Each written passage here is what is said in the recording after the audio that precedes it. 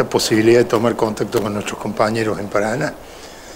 La situación es la que padecemos todos los trabajadores y la que padecen vastos sectores de nuestra población, ¿no? Muy difícil, muy duro para los trabajadores formales, porque el valor adquisitivo de su salario en pendiente. En algunos lugares logramos todavía mantener algunas, siempre a la pérdida, pero algunos números no tan graves, pero en la mayoría la cosa es muy preocupante. En términos de valor adquisitivo de los salarios, ni hablar en términos del cuidado de los puestos de trabajo.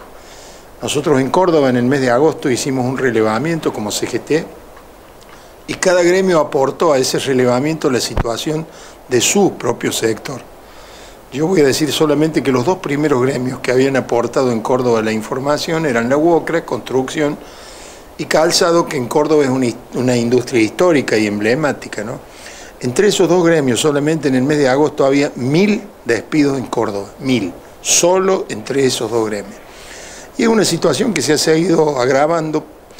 La semana pasada terminó de cerrar una fábrica de calzado de Córdoba que llegó a tener casi 300 trabajadores, los últimos 60 se fueron a la calle, están ahí en una carpa, en la puerta de la fábrica, sin posibilidades casi de conseguir algo, aunque sea para la subsistencia. Bueno, estas son las consecuencias de las políticas económicas nacionales, ¿no?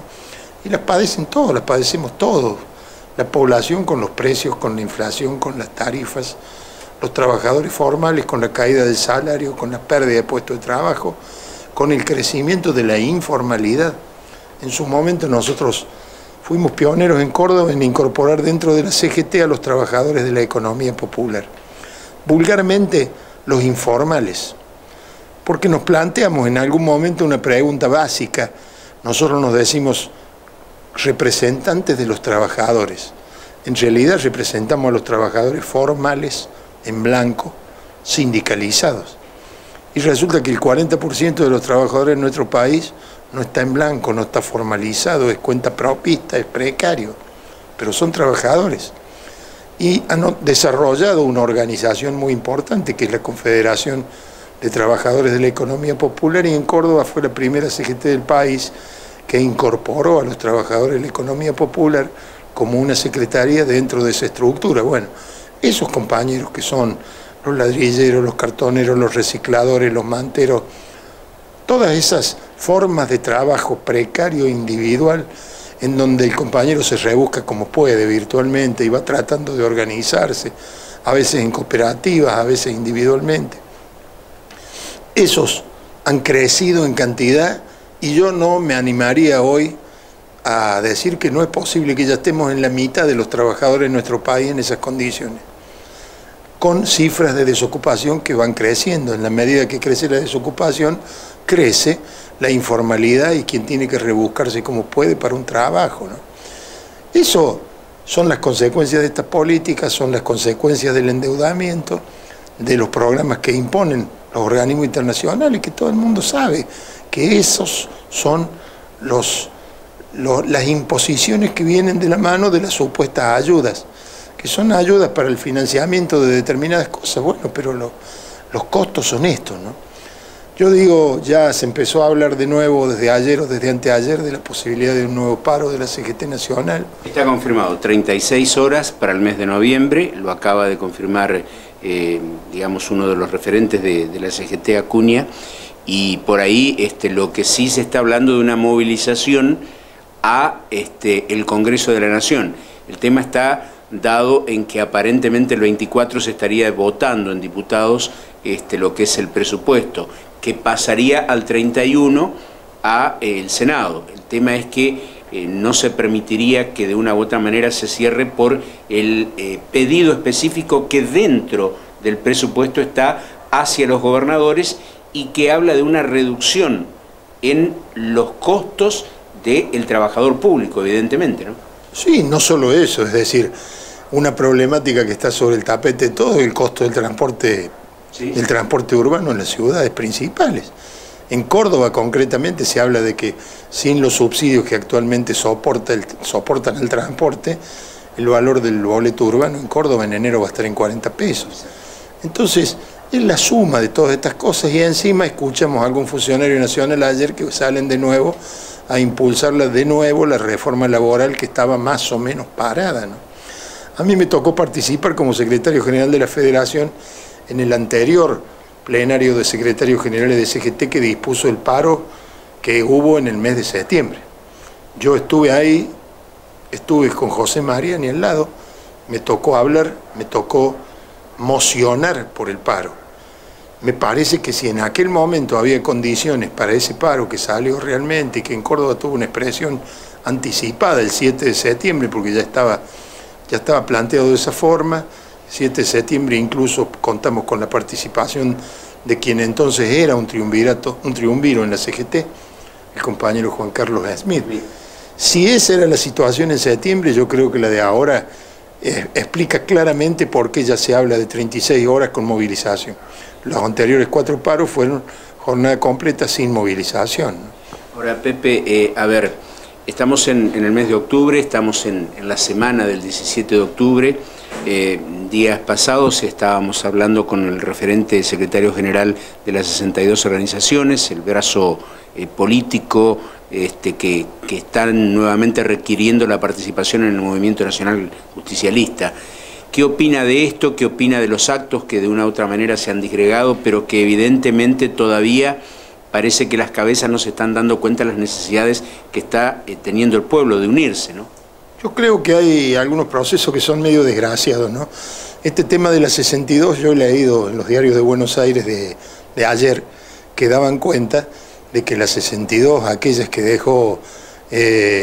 dejó el Momo Venegas cuando murió, y que se declaran todavía hoy partidarios de este gobierno, también habían hecho una reunión. Entonces uno, al mismo tiempo, sabemos que se ha creado otra CGT de la mano de Luis Barrio Nuevo, que participó en el acto del peronismo en Tucumán. En Córdoba, la rama de la 62, que responden a estos que nacionalmente son del PRO y que se han fotografiado reiteradas veces con el ministro Triaca, que cuando nosotros salíamos a hablar sobre los peligros de la reforma laboral, ellos decían no va a haber reforma laboral. Bueno, en Córdoba ellos ahora son el peronismo más ortodoxo. Entonces es un grado de confusión muy preocupante, muy duro, muy difícil de entender y que obviamente no le hace nada bien a la posibilidad futura de cambiar esta circunstancia que está en el gobierno hoy. Nosotros creemos claramente, y lo hemos dicho en documentos incluso de la Federación, que acá la única posibilidad de un cambio real es a través del voto, a través de las elecciones el año que viene. No hay una posibilidad de un golpe de Estado, no hay una posibilidad de ponerle un helicóptero al presidente, ninguno de nosotros sostiene esa hipótesis. Ahora, hay que llegar de alguna forma al año que viene con una alternativa política viable. Nosotros lo que podemos hacer en Córdoba, acuñamos una frase que decía, frente al ajuste y la recesión, denuncia y movilización. Y la voluntad de aportar a que haya una construcción política que sea capaz de ofrecer una alternativa el año que viene. Ahora, si eso no se consigue, me parece que estamos mal también para el año que viene. A ver, uno es empleado público. Con José y este programa llega a toda la provincia de Entre Ríos, se lo ve en todos los lugares. Pareciera ser que ideológicamente este gobierno nacional le tiene bronca al empleado público. Pareciera ser. Y uno por ahí dice, bronca a los gremios también, pero sin embargo son los que hoy están cumpliendo con algo de defender el salario, de defender una obra social, de defender un sistema jubilatorio, y la verdad que uno no termina de entender que con el aporte, por ejemplo, que se le hace al gremio local SEDAPER, se han hecho bungalows, camping para turismo. Bueno, ¿qué le voy a hablar a usted si tiene un emporio en Córdoba de cosas para los afiliados? Por eso digo, ¿qué tanta bronca se le tiene al sindicalista y al empleado público? Es que hay una cuestión ideológica, una definición ideológica. Todos los gobiernos expresan a algún sector. Pocos, salvo en la época masiva del peronismo, en la primera década del peronismo, en donde podíamos decir la inmensa mayoría del país está representada. Siempre ha sido un sector del país el que ha estado representado en un gobierno, mayoritario o minoritario. Los intereses que expresa este gobierno no los ha escondido nunca, además los han sostenido históricamente. ¿Quiénes son los intereses? Los intereses de la especulación financiera, de los negocios financieros, de los paraísos fiscales. Mire, en Córdoba escuchamos en un debate en la legislatura una cita que fue oportuna. Alguien se acordó que un gran escritor español dijo: los hombres son los que siempre han sido. Ortega y Gasset concretamente. Los hombres son los que siempre han sido, lo que siempre han sido. Si usted toda la vida ha sido administrador de fondos de inversión en las Islas Caimán y hoy viene a ser ministro de nuestro país, ¿alguien piensa que va a venir a promover la justicia social, a trabajar por los pobres? No, va a venir a defender sus intereses y es lo que hace. De hecho, se han llevado 15.000 millones, los primeros 15.000 que puso el Fondo Monetario. En 15 días se lo llevaron. Y se lo llevaron con la bicicleta financiera. No llegó nada a ningún laburante y a ningún gremio. ¿Y por qué el ataque? Que es un ataque de clase, ideológicamente hablando, hacia los sindicatos y hacia los trabajadores del Estado. Porque son medio la última trinchera de defensa de los intereses colectivos frente a una ideología que los condena, los excluye. Ahí me venía comentando en el viaje mi compañero que había escuchado unas nuevas declaraciones del presidente donde decía que ¿por qué quieren ganar más? Todos tienen que ganar igual, un poco menos, si es posible, menos. Esa es su ideología. Entonces lo que van a hacer desde el gobierno es coherente con eso. Por eso la salida o la alternativa, la única creo yo, es a través de la política. Y en la política eso requiere que haya una construcción que pueda ser deseable para la gente a la hora de votar. Se supone que el peronismo va a encabezar lo que pueda ser una alternativa. Todavía, yo obviamente que soy peronista de toda la vida, todavía no veo que desde el peronismo tengamos una alternativa con posibilidades. Creo firmemente en que llegado el momento esto va a ocurrir. Mientras tanto no la hay. ¿Ahora qué se tiene que dar una gran interna con todos los justicialistas adentro o cómo sería la cosa? A lo mejor ni hace falta que todos que cantamos los 17 de octubre, como hace un par de días, por la unidad, la lealtad, que finalmente tengamos una visión que supere los egoísmos o los sectarismos y seamos capaces, como otras veces ha sido capaz el peronismo, de unificar por lo menos en las grandes líneas y de encabezar una alternativa. Hoy no lo hace. Hoy nos toca a nosotros esto: denuncia y movilización. Denuncia y movilización. Podríamos agregar hasta donde podemos organización. Y pelear en la cosa de todos los días. Hablamos de los salarios. Sé que en Entre Ríos ya tienen acumulado a septiembre los estatales 10 puntos por debajo de la inflación. Nosotros en Córdoba hemos este año sostenido un acuerdo salarial que preveía la cláusula gatillo, que nos iba manteniendo con la inflación al lado. Hemos llegado en un acuerdo porque el gobierno dice que cayó su recaudación y que no puede pagar la gatillo. Hicimos una renegociación y llegamos al 32% en octubre. Es decir, que ya venimos un mes detrás de la inflación. Noviembre y diciembre tenemos que discutirlo. Y eso es que entre las provincias, nuestra situación, la de Córdoba, es mejor o menos mala que la de muchas provincias, ¿no? Pero digo, eso es lo que nos queda: resistir, organizarse, contener a los compañeros afectados. Nosotros tenemos una cola interminable en Córdoba, en donde en efecto tenemos una estructura de ayuda a los compañeros importante. Tenemos colas permanentes de compañeros que buscan algo para poder comer, para poder subsistir, compañeros que sacan préstamos para pagar la tarifa de luz o de gas. Entonces, y bueno, ¿y quién puede ejercer ese papel de ser la última trinchera? Y por ahora nos toca a los gremios. Y me parece que somos la última trinchera, ¿no?